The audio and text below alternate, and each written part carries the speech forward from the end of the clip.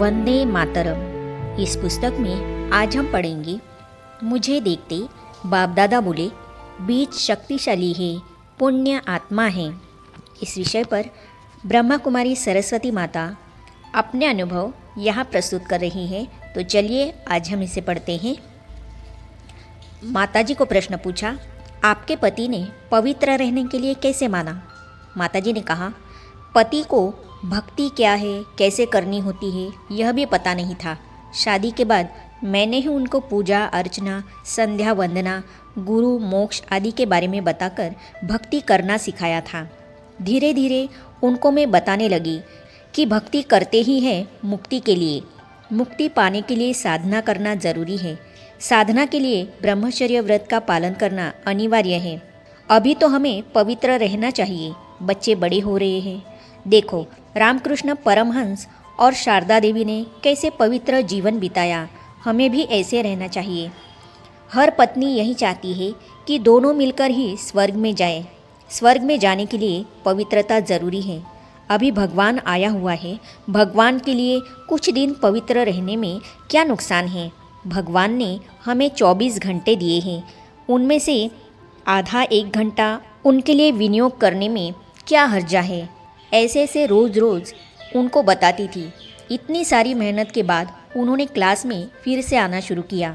सन 1978 से हम दोनों ने पवित्र रहना शुरू किया और सन 1979 में 1 साल पूर्ण पवित्र रहने के बाद हम अव्यक्त बाप दादा से मिलने मधुबन आए। मधुबन आने से पहले मैं अपने माँ बाप, सास ससुर को ज्ञान में लेकर आई। गांव में एक गीता पाठशाला शुरू हो गई। सास ससुर को भी मधुबन ले आई। माताजी से प्रश्न पूछा, जब आप पहली बार मधुबन आई उस समय का आपका क्या अनुभव था? माताजी ने उत्तर में कहा, पहली बार जब मधुबन के आंगन में पाँव रखा तो 3 दिन से किए हुए सफ़र की सारी थकावट दूर हो गई। ऐसा लगा मैं अपने बाप के घर में आ गई। आते ही आंगन में दादी जी मिली। मन को बहुत राहत मिली। मेडिटेशन हॉल में बाप दादा आने वाली थी। भक्ति में मैं एक गीत गाती थी। उसमें ये शब्द आते थे कि हे भगवान, तुझे न देखने वाले ये नयन क्यों? तेरा नाम स्मरण न करने वाला यह मुख क्यों? तेरे वचनों को न सुनने वाले ये कान क्यों? जब बाप दादा के सामने बैठी तो मुझे यह अनुभव होने लगा कि हे भगवान, आपको देखकर ये नयन धन्य हो गए। आपके महावाक्य सुनकर ये कान धन्य हो गए। आपके गुणगान कर यह मुख धन्य हो गया। बाबा मुझे श्री कृष्ण के रूप में दिखाई पड़ रहा था। मन कर रहा था कि उनको गोद में उठा लूँ। उस समय बाबा एक ग्रुप से 2 बार मिलते थे। जब मैं और लौकिक पति बाप दादा से मिल रहे थे तो बाबा ने कहा, यह तो लक्की अर्थात भाग्यशाली परिवार है। खुशी में नाचने वाला परिवार है। ऐसा परिवार कोटों में कोई और कोई में भी कोई होता है। ऐसा परिवार देख अनेक परिवार जग जाते हैं। मेरी तरफ देखते हुए बाबा ने कहा, बीज शक्तिशाली है, पुण्य आत्मा है। माताजी से प्रश्न पूछा, आपने कितने रिश्तेदारों को ज्ञान का मार्ग दिखाया? माताजी ने उत्तर में कहा, लगभग 40 भाई बहनों को ज्ञान में ले आने के निमित्त बनी हूँ। ये सब मेरे अति समीप के रिश्तेदार हैं। इनमें 8 कुमारियाँ ईश्वरीय सेवार्थ समर्पित हैं। इनमें मेरी 3 बेटियाँ, मेरी 2 छोटी बहनें और बड़ी बहन की 3 बेटियाँ हैं। 2 कन्याएं लौकिक पढ़ाई के साथ अलौकिक पढ़ाई पढ़ते धारवाड़ के कन्या हॉस्टल में हैं।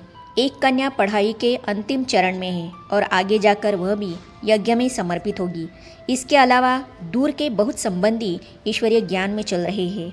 परिवार के परिवार ही ज्ञान में चल रहे हैं। मैं समझती हूँ कि लौकिक कुल पर बाबा की यह बहुत बड़ी कृपा है। माताजी से प्रश्न पूछा, आपको यह प्रेरणा कैसे आई कि सब रिश्तेदारों को ज्ञान में लाना चाहिए? सिर्फ आपका परिवार इस ज्ञान में चल सकता था ना? माताजी ने उत्तर में कहा, भक्ति मार्ग में मैंने एक श्लोक सुना था कि ऋणानुबंध रूपेण पशुपत्नी सुतालय। जब मुझे निश्चय हुआ कि परमात्मा आया हुआ है, उससे सुख शांति पवित्रता का वर्षा मिल रहा है, तो संबंधियों को भी ज्ञान में लाने की इच्छा हुई।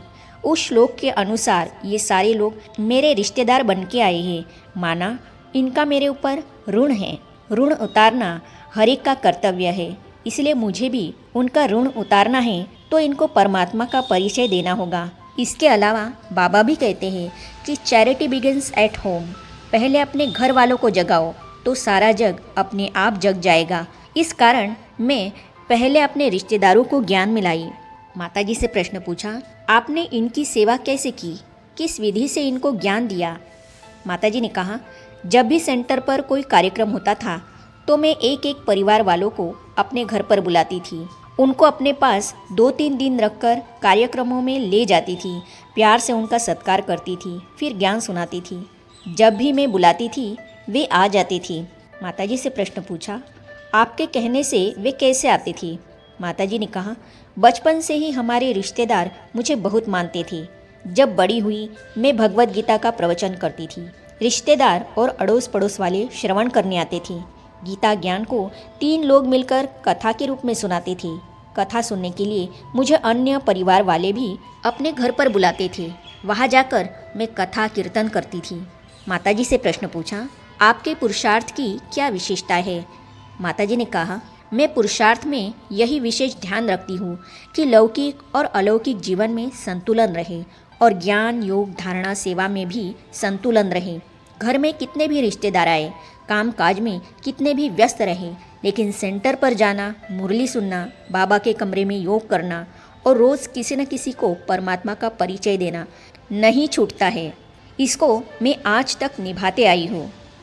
माताजी से प्रश्न पूछा, ईश्वरीय जीवन में आपको कोई कष्ट मुश्किलें नहीं आई?